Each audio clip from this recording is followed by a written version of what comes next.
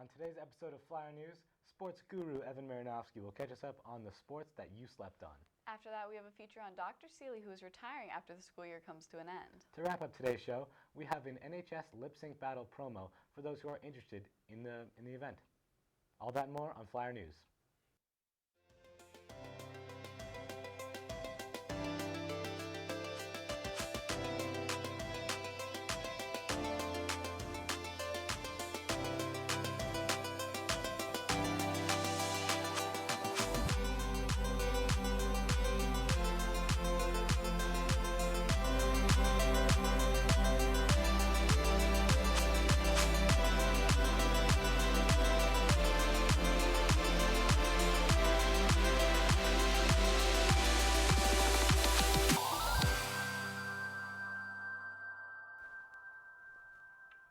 Good morning, Framingham High School, and welcome to another edition of Flyer News. I'm Julie Carson. And I'm Patrick Cassidy. Today is Thursday, May 26th, day 7 with periods running CBGFE. With the Red Sox playing last night against the Rockies, our Boston sports expert has a full review of the game. With Evan Marinovsky, here are the sports you slept through.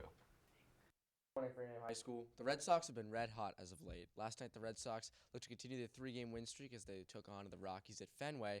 But before the game, the Red Sox honored the 1986 AL Championship team. Players like Wade Boggs, Dwight Evans, and even Bill Buckner were all on hand. But as we have to get to the game in the fourth inning, we'll take a look at the 1986 team beforehand, as we have guys like Dwight Evans, Wade Boggs, Bill Buckner all coming onto the field. Whoa, they were so close to winning. But let's get to the game. Here in the fourth, ball gets by, catcher Ryan Hannigan, make it 2-0 Rockies on the wild pitch. But then in the bottom half of the fourth, the X-Man, Xander Bogaerts, belts a ding-dong over the monster and gone. His hitting streak now stands at 18 games. And speaking of hitting streaks, JBJ increases his to 29 on a single to left field. That's the longest in the majors this year. Then later in the inning, Blake Swihart hits one of his two triples on the night into the gap, make it 4-2 Sox. Blake Swihart is back. He's in left field, not catching anymore. That doesn't matter though. And the large father up in the eighth inning beats the shift and drops in a double that plays two to make it 10-3. And that would be the final score. The Red Sox improved to 29-17 on the season, which gives them the best record in the American League and second best in all of baseball. In the AL East, they sit 2 games above the Orioles for first place. The Sox right now are averaging 7 runs a game at home this season, and it's starting to feel like one of those years. I'm not trying to jinx it, but cough cough 2004, cough cough 2007, and cough cough 2013. I didn't say anything. Anyways, next game is tonight at 7:10 at Fenway against the Rockies. Send up a prayer because Clay Buchholz is on the mound, and you may need more than 10 runs in support. Stay cool, Framingham High School, and have a great day while you're at it. Football coach was viewed as a dad by many of his players. After Horton was diagnosed with Parkinson's disease in 2006, and his players are coming to his aid. Coaching at Boston College and North Carolina State, he retired in 2013 following his diagnosis. Horton changed the lives of many of his players, and they have not forgotten what he's done for them. Former Boston College players have set up a GoFundMe page in April to raise money for the costly hospital expenses and a college fund for his 2 daughters. The GoFundMe account has raised over $40,000 for Horton's family. Horton's family continues to support him and work to raise awareness for the illness. The family has received dozens of letters from former players supporting their former coach in his time of need. Texas and 10 other states filed lawsuits Wednesday against the Obama administration over its directive on transgender student access to public school facilities, firing the first shot in what is likely to be a protracted and messy legal battle over that guidance. The suit was filed in a Texas federal court in response to the directive handed down to schools earlier this month that said transgender students should be able to use corresponding bathrooms and locker rooms to their identity. Joining Texas in this lawsuit, there was Alabama, Wisconsin, West Virginia, Tennessee, Arizona, Maine, Oklahoma, Louisiana, Utah, and Georgia. Being listened to carefully by President Obama, this shows that the voices of the people in the United States are heard. The directive from the U.S. Justice and Education Departments represents an escalation in the fast-moving dispute over what is becoming the civil rights issue of the day. At FHS, we have such amazing teachers that it's always sad to see them go. This year, Flyer News will be featuring the great teachers who are choosing to retire after years of helping students learn, and today we have Robin Kerr with our story. This year marks Dr. Seeley's 16th year teaching at FHS. Throughout his time here, he has taught a range of science classes. CP1 physics, honors physics, project physics, astronomy, and classical mechanics. Doc Seeley said that he has thoroughly enjoyed his time at FHS. I've had a lot of good teaching moments. What I really like is when a student struggles and struggles and struggles, because I really enjoy watching students struggle, but then they get it. And they say, oh yeah. And that's what makes teaching worthwhile. The advice Doc would like to give the students at FHS is don't give up. Over the years, I've noticed there tends to be more and more of what I call the Bart Simpson syndrome, where you come to a problem and you look at it and it's too hard, I can't do it, give up. And that's an attitude that seems to have increased in frequency, and I think that's a bad sign. You got to learn to stick with it. Although Doc won't be teaching at FHS next year, he will be very busy. Well, let's see, I got a house to build for retirement. I have to build a sugar house so I can make maple syrup. I got to plow a field so I can grow my food. And I'd like to have my grandkids come up and run around and play in the hay in the barn.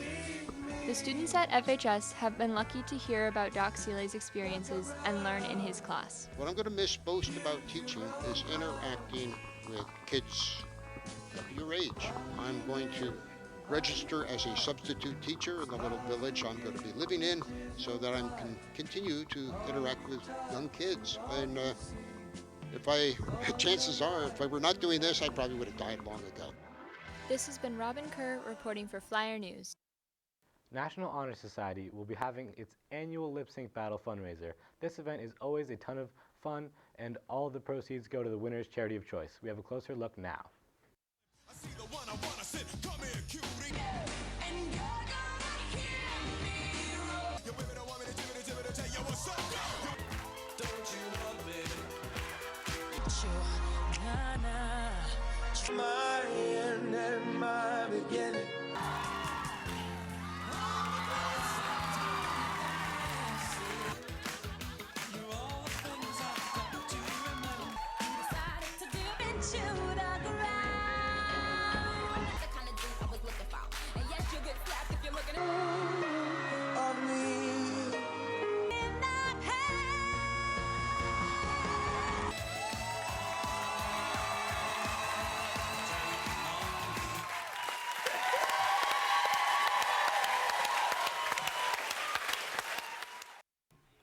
Up next on our show is the part where we pledge the flag. We have Eric Tarlin here in the studio, so take it away, Tricky T.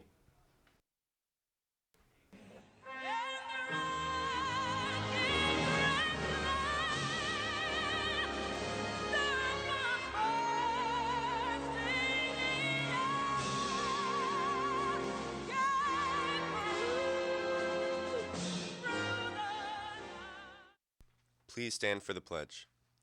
I pledge allegiance to the flag of the United States of America and to the republic for which it stands, one nation, under God, indivisible, with liberty and justice for all.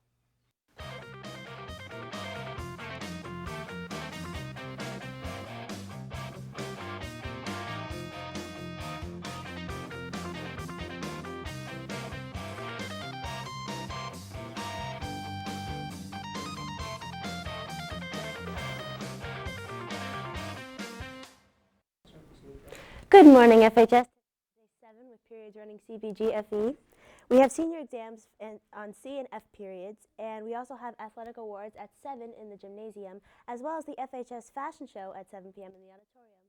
So come out and be there or be square. That's it for me. More announcements. Hey guys, so sophomores, we have steering today in E208 after school. It's the second to last meeting of the year, so we hope to see a lot of new faces there. Thanks.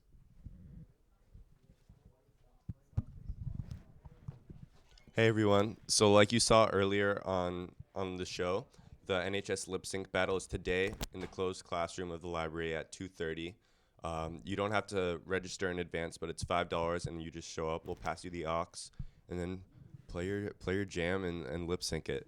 Also, NHS is having another mini garden day type of thing in the courtyard after school. So if you're not feeling the lip sync battle, you can just show up to the courtyard after school and do some gardening. There will be ice cream there too. Thanks.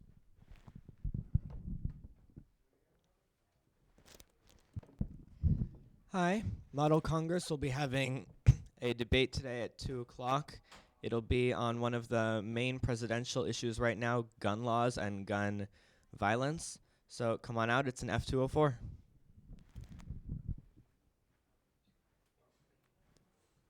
So today the Robotics Club will be having our informational meeting right after school in room A212, Mr. Erblin's room. So we'll be talking about what exactly we do. Like if you're interested in building, programming, or just want to know exactly what we're doing, come check us out. We'll be showing off some of our robots, and you don't need any experience to show up. Good morning. Good morning. I'm here for Mrs. Torbert this morning.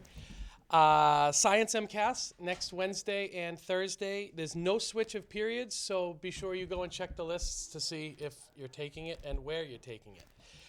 Library books, if you have any library books, make sure you get those back before the end of the school year. Super important. A couple things for juniors. So junior homerooms, please pay attention. I will, I'll give you a second to pay attention to me. Good. B202, I'm talking to you. Pay attention. All juniors, you're not seniors yet, although you may think you are, but you aren't. So if you are leaving the building without permission because you think you have senior privileges, which you don't, you won't have senior privileges to start the year next year.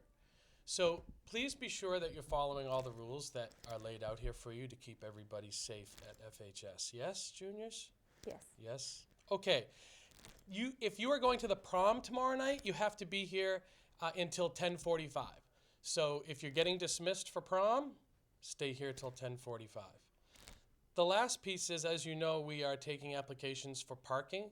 So I just want to be a little cryptic here and tell juniors to stay tuned for some very interesting information next week, which is a really cool opportunity to improve your parking situation next year. That's all. All right, period C, guys.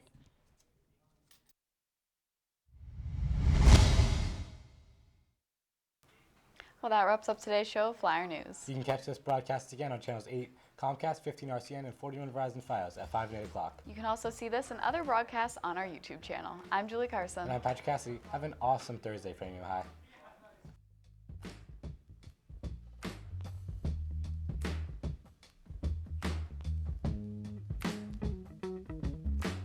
I'm coming over, see me down at the station by the lane with my hands in my pocket, jingling a wish coin that I stole from the fountain that was down on the cares in the world.